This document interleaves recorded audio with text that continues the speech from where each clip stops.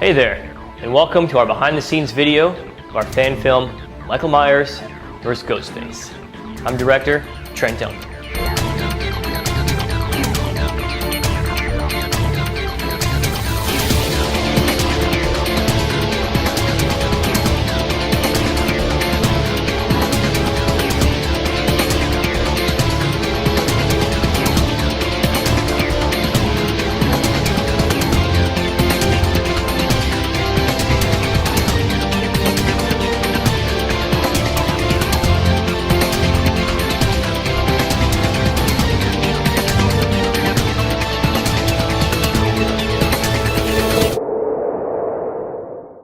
And action.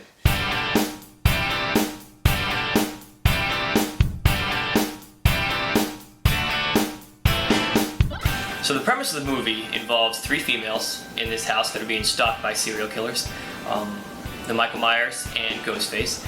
They're being stalked for reasons we don't reveal in this movie, but they'll be known in the grander scheme of things. But these three females are stalked, and then the killers come in contact with one another, and from there they fight each other and they battle to the death. So you come to each other like that, okay, and then it's up high, yeah, slowly. Our first character, Kara, played by Kaylea Trumbull, is a shy, reserved female. She just moved to the town, but a little while ago, and she has trouble making friends, but she's a sweetheart, and she loves to give a helping hand out. I don't know about that. Oh, come on, Kara. Never had a little booze before? And what about your parents? Kara's more of a reserved, good girl, always wants to do the right thing, has a really good head on her shoulder, doesn't really follow the crowd, she's very independent. She met our other character at school. Our other character is Sandy, played by Sydni, Lynn, and Takacs. She is a little bit more of the outgoing type. There's certain rules to college. Rule number one, join the sorority. Kind of thinks of herself as kind of like a badass. She does whatever she wants, thinks she can get away with whatever she wants. Just kind of really is more of an outgoing kind of girl other than Kara. Sandy just moved to the hometown, or just moved to that town, and so the house is in disarray, boxes and stuff all over the place, and so she makes friends with Kara at school, and then so obviously they come together at the house. She invites her over to work on a school project. So that's kind of the situation, that the backstory on those two individuals and how they are in the house. Who even cares about my feelings? I'm stuck here in this weird-ass town. Our third character is Brittany, which is Sandy's stepsister, and she is played by Emily Cuddy. I'm the stepsister of Sandy, a senior in high school, and I'm not really happy about being in this dinky little town. I had to move, and I left all my friends, so I kind of got a chip on my shoulder. And so she just kind of gives a snobby attitude off to her sister and then her sister's friends, and just kind of doesn't really care about anything that her stepsister's involved with. And of course we have Michael Myers, played by Cheyenne Hess. I myself, I'm not a mass murderer, but in any case, Trent and I have worked on several projects before, and I've portrayed Jason Voorhees, which is, both of them are mass murderers, but completely different characters. And this one is more methodical, doesn't speak ever, very seldom makes a sound, walks virtually everywhere, so it's no lines once again, so I think I can handle that pretty well. And we get along. He's a fun guy to work with, and he does a great job portraying these horror characters and coming to set with the costumes, because all the costumes were made by him. The Ghostface character is played by Moses Cantu. Now, I don't believe Moses has a whole lot of experience in the filmmaking realm. Well, I've done a couple commercials in the past, but this is my first feature film. But he came to the set with a good attitude and a willingness to learn and to perform his best, and he did a great job, and it really showed. He played an amazing character in Ghostface. One of the reasons I took the role was because of the fight scene against Michael Myers. I was fan of horror films for a long time, so I really thought it would be cool to fight Mike Myers. But he was a good sport and he did a great job. I'm in the kitchen on our set here, Michael Myers vs. Ghostface. As you can see, everything is moved out for the most part. We actually were moving out of this house, so that's why I incorporated that in the script. You know, in case there was missing furniture and boxes here and there, then it wouldn't be a big deal because the individuals in the movie were actually moving in. For this fan film, I decided to shoot and write the script around a house. The house is more symbolic to the Michael Myers and the Ghostface characters and those movie sagas. When he was a young child, he ended up killing his mother with a butcher knife, and they since put him into some type of an asylum, and he grew up there, really didn't say anything, and then broke out as an adult and went back to kill his sister. So they turned the house into a creepy, kind of a scary environment, which a home is supposed to be open and welcoming. And it is at one point in this movie, but then when the individuals are being stalked and sought after, we turn it into a darker, sort of a scary realm. Maybe we should call the cops.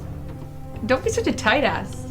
So when doing so, I decided to use the garage as the main fight scene area, mainly because it's the easiest place you can smash and kill people and throw stuff around and not really damage the house because it was our house. You good with this? He's like a paparazzi. This is by far the biggest crew that I've had for one of my fan films, and the reason being is because we were shooting inside of a house. We had a lot of different scenes in a lot of different areas, and there was a lot of different elements involved in the shoot as well too. So I needed more individuals on set to help prep each scene and to help create these special effects and do some rigging and smashing of doors and stuff, breaking of televisions, in order to incorporate these into the movie, because of course I can't do it all on my own. So I have to have a great supporting crew, and these individuals came out, they worked hard to incorporate these elements that I wanted in the movie, and they came through flawlessly. We are doing makeup, hair, and special effects. Lots of blood. Every single situation differs because there's so many different types of recipes for blood, so it all depends on what you're filming. There's blood for people to eat, there's blood for people to squirt. There's blood that comes up for a wound, blood that comes up and cleans easily, blood that stains, so it all depends on the atmosphere that you're working in. You know, usually when you're on set, you hope that they trust you enough to not only that you can achieve their vision, but that they can kind of appreciate your vision as well. That's why they brought you here. Yeah, pretty much that's why you're hired, because they enjoy your artistic vision of things. So it's kind of a mutual meet in the middle, which isn't that hard to do because, you know, you have one side and you have the other, and you just kind of try to come to a compromise just by going over it before the shoot even happens. So you usually get together with them and you talk about things and go over references, so the day of, when that person sits in your chair, you already know where you're going. I wrote the script around individuals moving, so I was able to incorporate certain elements inside the garage and make it come alive inside the fight and actually be a part of the fight. For instance, the table that they get smashed upon. 1, 2, 3, jump. Other elements involved were the boxes, the moving boxes, so I had individuals packing boxes or folding boxes, creating boxes. We reused several boxes from this scene to that scene to the next in order to create the element that the family had just moved in. All these moving boxes were all over the place. And all the moving boxes and stuff kind of add to the element of the garage and the situation. As well as the television that's there too. You know, the stuff moving, they have a television outside. You know, we had Rocco out there smashing through the TV with a hammer and a screwdriver, and he was able to stick the knife through, so we got a great shot in that where Michael Myers comes up and stabs the television, and it looks like it just pokes right through the front of the flat screen TV. Also, the door just getting smashed to bits, you know, smashed to pieces. Come on, baby, you got it, right? The door was probably one of the best ones. We had them go out there and pre-break the door, and they had a fun time doing that. We bought a door from Home Home Depot for $22, and you know, simple door, put it on the hinges, put a doorknob on it. Had them pre-break it, then we set it up, made it look like it was still there, put the boards in front of it for the scene, and then Cheyenne, we reeled action. He got a little bit of a running start and just smashed his way through the door. We only did one take. And it looks fantastic, so I said, let's move on. We got other stuff to shoot. And he did a great job doing that, and they did a great job putting it all together. Okay, go back, go again. And one of my favorite parts was the light that was cut off from the ceiling and kind of hanging between the individuals as they fought. Rolling and action. It was one of the first elements of special effects that I wanted to incorporate in the fight scene. And I was extremely satisfied with the way it turned out. I think it looks great on camera, and I think it'll come across as an interesting element to add to a fight scene, whereas most fight scenes are just two individuals fighting. I wanted to incorporate elements from the environment that they are, and I think it turned out great. We did the best we could with the stuff that we had, and the crew did a great job of creating that environment for the movie. They're awesome. They know what they're doing, and I know this is going to be a great film. I mean, I hate the cast. Oh, it's terrible. And the crew, they should all go home. That was a joke. Love you. Good joke. I know, I'm funny. He runs a really fun crew, and everything is as professional as possible. And again, he really hires a good cast, especially the leads. You know, everybody is super professional, and the cast is great. So, yeah, I've had a great time. So again, thanks for stopping by on our behind-the-scenes look of Michael Myers vs. Ghostface. We look forward to bringing you on our sets here in the future for our future fan film productions that we have going on. Don't forget to stop by and check out the online film school boot camp. All right, if you want to make movies of your own, have a whole online film school boot camp, teach you all the fundamentals of filmmaking. To go ahead and be a filmmaker yourself, make your own movies, your fan films. It's a great way to transition into the field and start learning some of the fundamentals you need to be a successful independent filmmaker. So go ahead and check it out. Thanks again for coming out, and we'll see you down the road.